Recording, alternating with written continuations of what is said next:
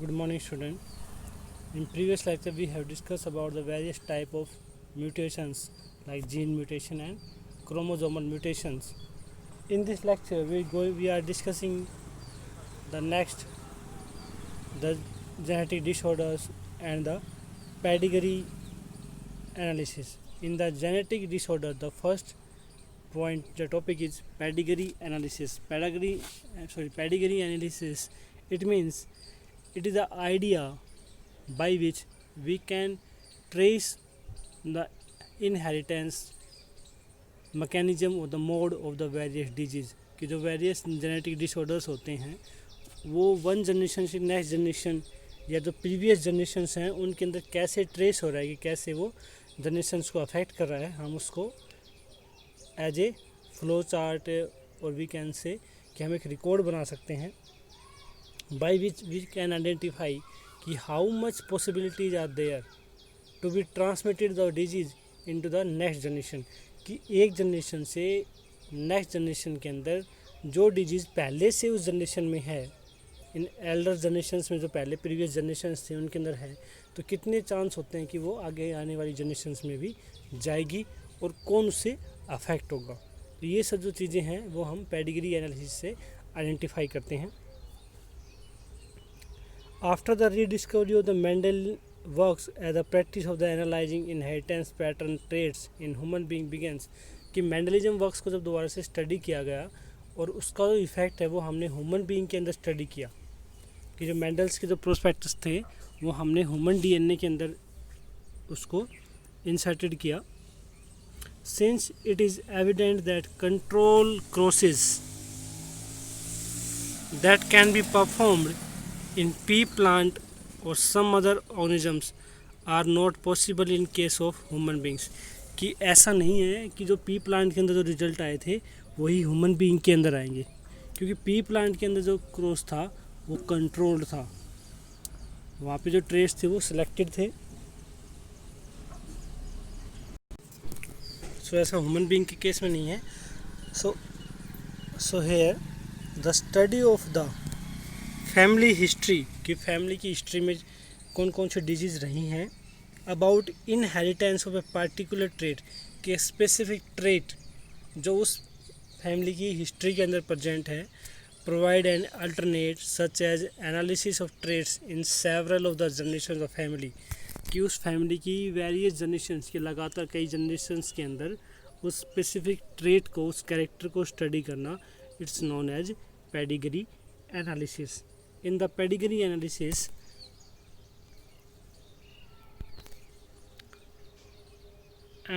the inheritance of a particular trait is represented in the family tree कि जो family tree की formation होती है. फैमिली ट्री में बेसिकली क्या होता है कि जहाँ से फैमिली स्टार्ट हुई है उसको एज ए रूट सिंबलाइज किया जाता है और फिर फर्दर फादर सन्स इस तरह से ट्री लाइक रिप्रेजेंटेशन होती है फैमिली जनरेशन्स की, उसको बोलते हैं फैमिली ट्री. तो उस फैमिली ट्री के अंदर किसको कौन सा ट्रेट स्पेसिफिक ट्रेट जो था वो आइडेंटिफाई हो रहा है, कौन सी जनरेशन में हो रहा है उसको हम आइडेंटिफाई कर सकते हैं. और आने वाली जो वेरियस जनरेशन्स हैं उनको उस अगर वो ट्रेट हार्मफुल है तो उससे उसको सिक्योर करने की पॉसिबिलिटी होती है. इन ह्यूमन जेनेटिक्स कि ह्यूमन जीनोम के अंदर जो हम ह्यूमन्स क्रोमोसोम स्टडी करते हैं तो उसके अंदर जो पेडिग्री एनालिसिस है provide a strong tool which is utilize to trace inheritance of a specific trait basically the abnormalities और डिजीज़. ह्यूमन जेनेटिक्स के अंदर हम जो पेडिग्री एनालिसिस है उसका यूज़ जो है वो डिजीज़ के इनहेरिटेंस को आइडेंटिफाई करने के लिए यूज़ करते हैं कि कौन सी डिजीज़ कौन सी जनरेशन में और किस जनरेशन को ज़्यादा अफेक्ट करेगी, किस जनरेशन में वो स्किप रहेगी. तो इस तरह का एनालिसिस किया जाता है. एनालिसिस करने के लिए कुछ इम्पोर्टेंट स्टैंडर्ड सिंबल्स होते हैं पेडिग्री एनालिसिस में which denote male female affected non affected persons. तो symbols are first this one the square box, the blank or plain square box or we can say white plain surface in A square कि जो square है वो white हो या plane हो या blank हो, इनमें से कोई भी हो, दैट्स डिनोट नॉर्मल मेल। वो किसको डिनोट करेगा? वो नॉर्मल मेल को डिनोट करेगा। द सेम ब्लैंक वाइट और plain circular shape, round shape, circle denote female. So we have two symbol for male and female. Male के लिए सिंबल है वो स्क्वायर है, प्लेन स्क्वायर, और फीमेल के लिए प्लेन राउंड। और जिस जनरेशन के अंदर हमें आइडेंटिफाई नहीं है कि that the specific young one और offspring is either male और फीमेल, हमें कोई भी आइडेंटिफाई नहीं है, उसके लिए हम इस तरह का स्ट्रक्चर जो है उसको यूज़ करते हैं एज इट्स प्लेन, कि ये जो तीनों हैं ये सभी नॉर्मल हैं, इनको कोई डिजीज़ नहीं है, they are normal. So normal square is male, normal round is female, and the third one is just like square but at different angle is known as sex unspecified, ki unidentified male or female. Now if these three symbols are filled with a color, either may be red or black, अगर ये इस तरह से fill up हैं colour से, it means they are affected with these disease, कि उनके अंदर वो डिसऑर्डर प्रेजेंट है। This one is affected male, affected female, and unidentified affected offspring, कि ये तीनों affected हैं। This is the general. Now we are going two type of mating. यहाँ जो mating होती है कि जो मेल और फीमेल की जो mating है रिप्रोडक्शन में, वो टू टाइप की है। If male and female are joined with a single line, यहाँ देखो सिर्फ सिंगल लाइन है, this one, अगर ये सिंगल लाइन से mated है this one, so it's normal mating. If the line is double, it means the male and females are closely relative, कि वो closely उसी जनरेशन में relative हैं। Single line it means they do not having the history of the same relative generations। अगर वहाँ पे double lining से अगर उनकी मेटिंग शो हो रही है, it means they are closely relative, कि वो दोनों रिलेटिव हैं। नेक्स्ट एक जनरेशन को शो किया गया यहाँ पे, this one male female mating हुई यहाँ पे, normal mating, produce female and male child in order birth left to the right, कि जो बर्थ का ऑर्डर है वो लेफ्ट से राइट की तरफ होता है। कि फर्स्ट, इसमें देखिए तो फर्स्ट क्या है, यहाँ पे फर्स्ट है female and daughter, then son. In this one the male and female having normal mating and the normal, कि वो नॉर्मल है, उनके अंदर कोई डिसऑर्डर नहीं है, but they having this one affected male, means उनके जो सन है, उनकी जनरेशन आफ्टर मेटिंग जो सन रिप्रोड्यूस हुआ है वहाँ पे, उसके अंदर कोई डिसऑर्डर प्रेजेंट है। Parents with male child affected with disease, कि उनमें कोई अफेक्टेड है। और अगर इस तरह का सिंबल आ जाए, उसमें नंबरिंग हो 1 2 3 4 5, तो इट मीन्स 5 वहाँ पे ऑफस्प्रिंग्स हैं। वो प्लेन है तो वो अनअफेक्टेड हैं, बट आइडेंटिफाई नहीं है, कि 5 अनअफेक्टेड ऑफस्प्रिंग्स हैं, लेकिन वो आइडेंटिफाई नहीं है कि वो मेल है या फीमेल हैं। These are the symbols which used in the human pedigree analysis.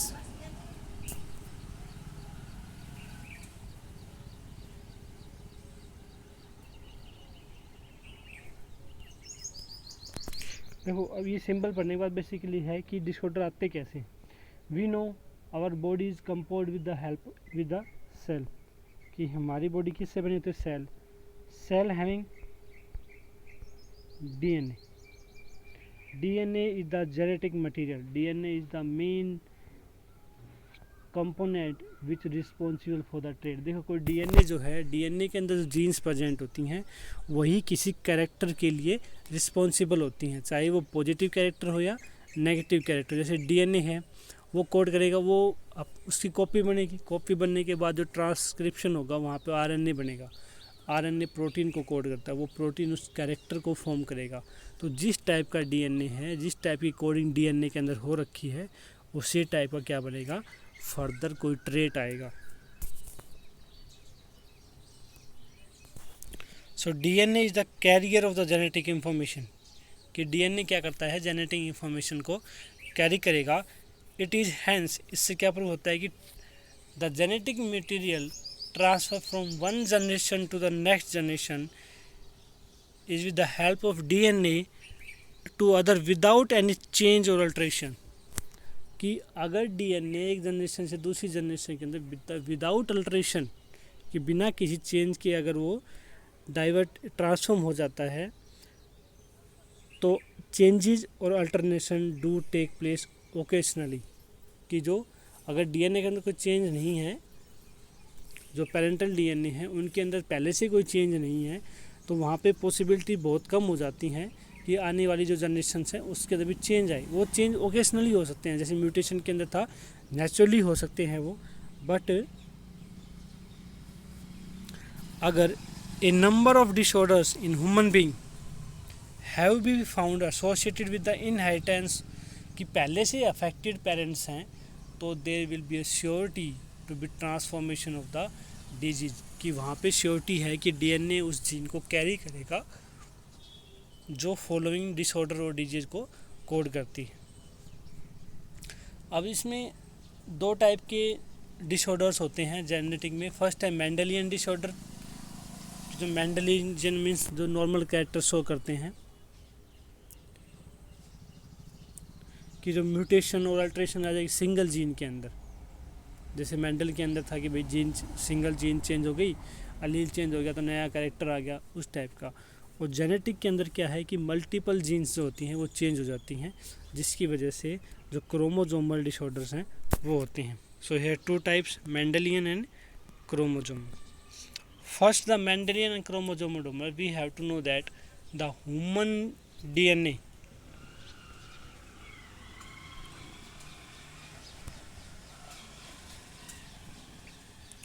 कि ह्यूमन डीएनए जो होता है वो जो जेनेटिक इन्फॉर्मेशन उसको कैरी करेगा। डीएनए जब कॉइल्ड हो जाएगा, दैट फॉर्म न्यूक्लियोसोम। न्यूक्लियोसोम जो होते हैं वो फर्दर बाइंड होकर क्या बनाते हैं, क्रोमोसोम बनाएंगे, डिनोटेड बाय CH, जो क्रोमोसोम बनेंगे। अब क्रोमोसोम दो टाइप के होते हैं, ऑटो एंड सेक्स, कि दो टाइप के होंगे। फर्स्ट वन ऑटो क्रोमोसोम, ये हम पहले भी सेक्स डिटर्मिनेशन में पढ़ चुके हैं। दो टाइप के क्रोमोसोम होते हैं, ऑटोसोम एंड सेक्स क्रोमोसोम। देखो जो ऑटोसोम है वो number in human being is 22 pair, कि जो 22 पेयर होते हैं, यानी टोटल 44 क्रोमोसोम्स हैं, वो क्या होंगे, ऑटोसोम, जो सभी सेल्स में मिलेंगे। रिमेनिंग 2, कि जो 2 क्रोमोसोम यानी 1 पेयर ऑफ क्रोमोसोम है वो सेक्स क्रोमोसोम है, that is X and Y। सो यहाँ पे दो टाइप का यहाँ इनहेरिटेंस होगा। फर्स्ट होगा autosomal and sex link inheritance. Autosomal inheritance वो होगा जो ऑटोसोम की वजह से होगा, और जो सेक्स लिंक इनहेरिटेंस है वो होगा सेक्स लिंक की वजह से। तो हमारे पास अब यहाँ 4 कैटेगरी आती हैं। फर्स्ट है autosomal dominant, autosomal recessive, sex link dominant and sex link recessive. Dominant जो सेक्स डिटरमाइन करेगा Y, रिसेसिव जो है वो X। तो अब यहाँ पे 4 कैटेगरी हैं, और 4 कैटेगरी जो है उनमें रूल्स होते हैं पेडिग्री एनालिसिस के, कि हमें आइडेंटिफाई, देखो बेसिकली पेडिग्री एनालिसिस में क्या होता है, हमें आइडेंटिफाई करना होता है कि दिया हुआ चार्ट, हमारे पास एक चार्ट दिया होगा,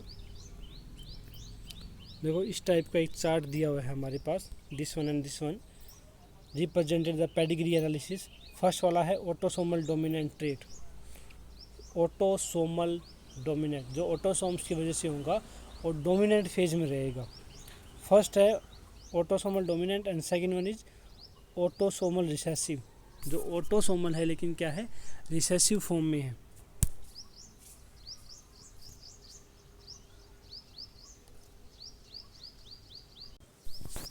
कि जो है क्या है, ऑटोसोमल रिसेसिव फॉर्म में। एग्जांपल है सिकल सेल एनीमिया, उसके अंदर था मायोटोनिक डिस्ट्रोफी। देखो सिकल सेल एनीमिया मैंने बताया था कि वहाँ पे वेलिनिन की जो पोजीशन है वो चेंज हो जाती है, जिसकी वजह से नया जो प्रोटीन है वहाँ सिंथेसाइज होगा और जो सर्कुलर शेप होती है आरबीसी की वो कन्वर्ट हो जाएगी सिकल शेप के अंदर। सो हम उसको बाद में डिस्कस करेंगे डिसऑर्डर्स के अंदर, वेरियस डिसऑर्डर्स जो होते हैं। First we have to know कि what are the mean of autosomal dominant and recessive. देखो फर्स्ट here female affective,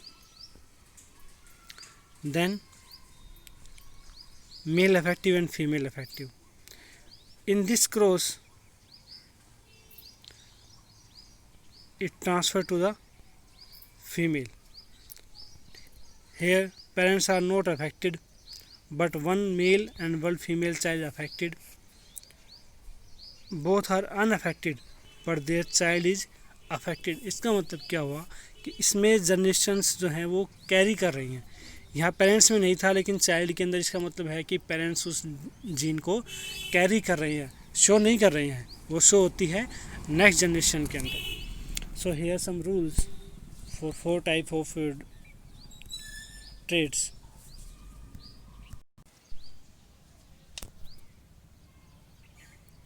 देखो यहाँ 4 टाइप हैं डिजीज़ के, 4 मोड हैं।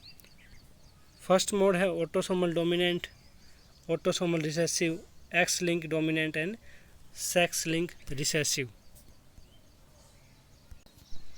सो यहाँ क्या है, फर्स्ट ऑटोसोमल डोमिनेंट को देखते हैं कि इसके क्या रूल्स हैं।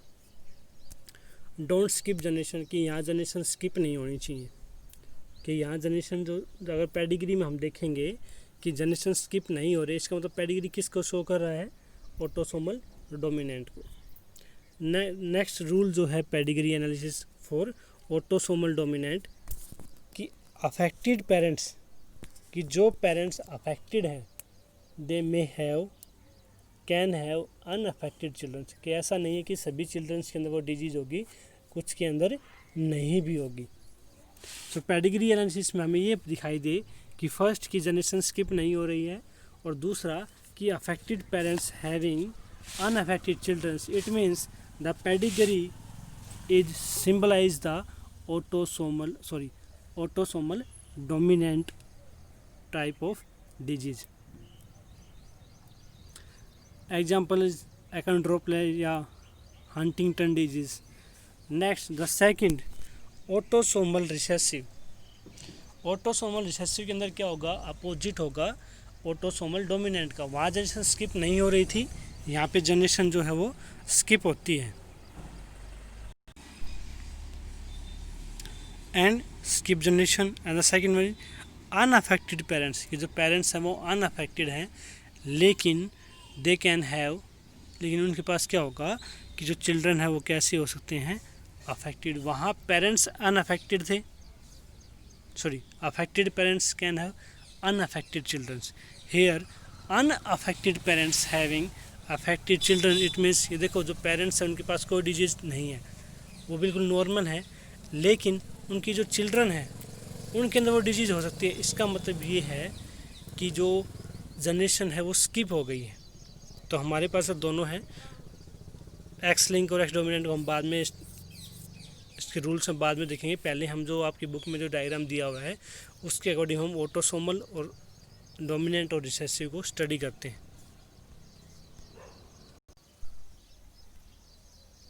देखो फर्स्ट है ऑटोसोमल डोमिनेंट का दिया हुआ है यहाँ पर, फॉर एग्जांपल मायोटोनिक डिस्ट्रोफी। देखो वहाँ था कि डोंट स्किप द जनरेशन, पहली जनरेशन में है, सेकंड जनरेशन में है, फिर ये जनरेशन चली इसके अंदर भी आ गया, तो यहाँ पे जनरेशन स्किप नहीं हो रही है, तो फर्स्ट रूल फॉलो होता है। सेकंड रूल है affected parents having unaffected children like this one this one this one, ये अफेक्टेड है लेकिन ये दोनों क्या है, unaffected. So this is the x link, sorry autosomal dominant. Autosomal recessive में क्या था, फर्स्ट कि स्किप जनरेशन, तो फर्स्ट यहाँ पे जनरेशन स्किप का ऑप्शन नहीं है। पहले हम सेकंड रूल को यहाँ देखेंगे कि सेकंड रूल में क्या था, अनअफेक्टेड पेरेंट्स, ये नॉर्मल पेरेंट्स हैं, बट जो यंग वन इनके अंदर जनरेशन में आई हैं वो दोनों क्या हैं, अफेक्टेड। देखो इस जनरेशन में नहीं है, इसके अंदर आ गया। अब इस जनरेशन के अंदर देखो, देखिए मेटिंग किसके अंदर हुई, जिनमें डिजीज नहीं थी। अब उनके अंदर जो नेक्स्ट जनरेशन आई उनके अंदर डिजीज आ गई। इसका मतलब क्या हुआ कि जनरेशन भी स्किप हो गई, और जो अनअफेक्टेड पेरेंट्स हैं उनके जो चिल्ड्रंस होंगे वो क्या होंगे, अफेक्टेड होंगे, like sickle cell anaemia.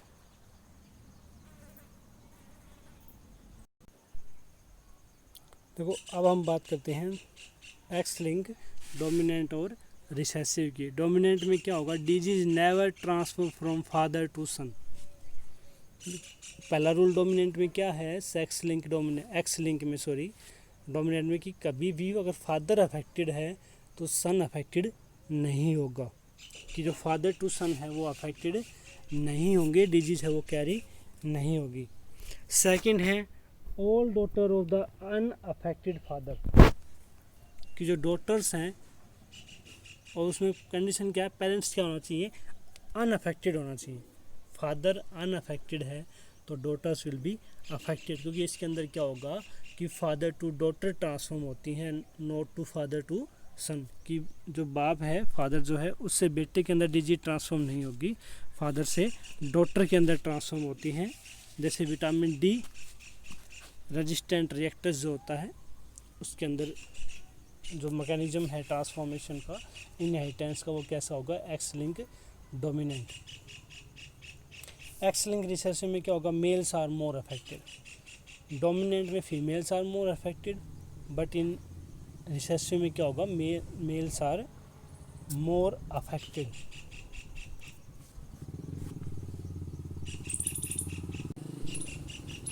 Second rule है कि डिजीज टेंड्स टू ट्रांसफर, कि mother to son and father to daughter.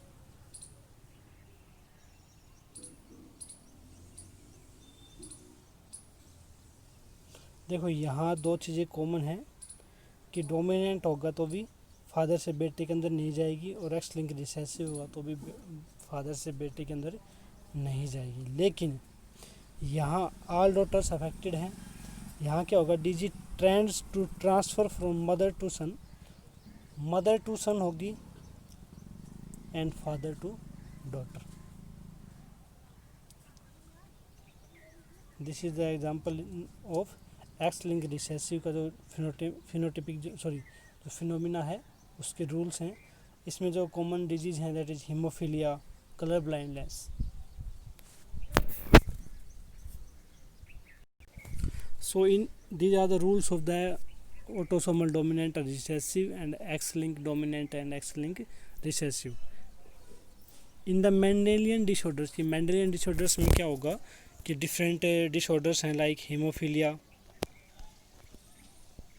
Cystic fibrosis, sickle cell anaemia, colour blindness, phenylketonuria, thalassaemia. ये सारी डिजीज जो है वो मेंडेलियन डिसऑर्डर्स के अंडर आती हैं। इसको हम बाद में नेक्स्ट लेक्चर में डिस्कस करेंगे।